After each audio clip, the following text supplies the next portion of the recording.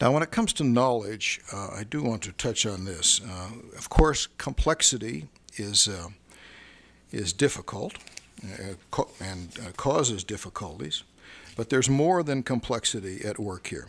The book says the modern world is too complex to allow even experts to make accurate predictions of future events.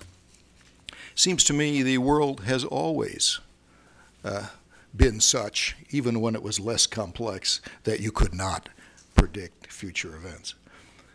Financial firms have been getting in trouble, and investments have been crashing, and booms and busts have been happening, and banks have been busting in worlds much less complex than what we have. So I don't think it's complexity, really.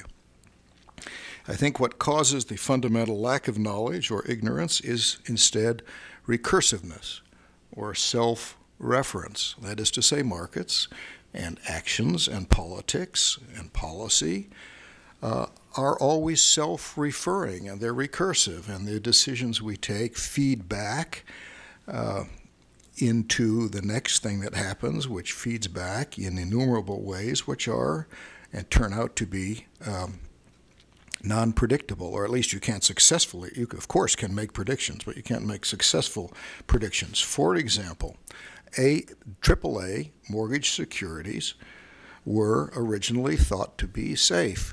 Why? Because AAA mortgage securities were safe when these rules were made up. They were simply stating the truth.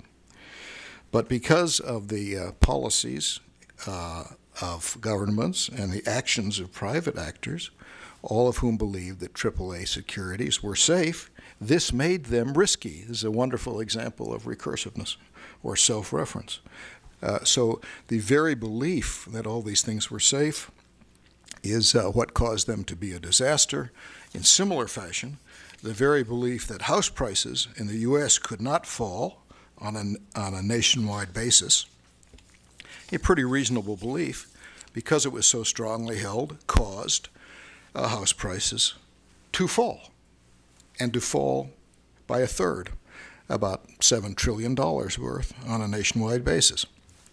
And this self-reference is one of the most important reasons why we're unable to see the future and even to see the results of our own actions.